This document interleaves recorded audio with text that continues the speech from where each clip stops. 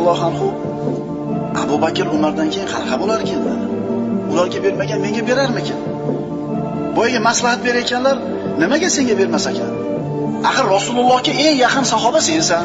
Fatima Zahroni so'ragani Rasulullohning uyiga bordi. Fatima Zahroni so'ragani Rasulullohning uyiga bordi-da, salom berib Rasulullohning oldida o'tirdi. Endi shu mavqifni bir tasavvur qiling.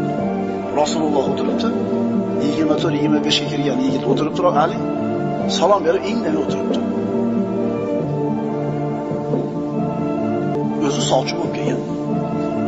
Kim uyiga? Rasululloh. Kimni so'rab keldi? Fatima Zahro. Subhanalloh. Rasululloh sezdi Alini bir hojat bilan kelganini aytolmayotganligini. Oradagi xijolatchilikni ko'tarishlik uchun Rasululloh ibn Abi Tolibni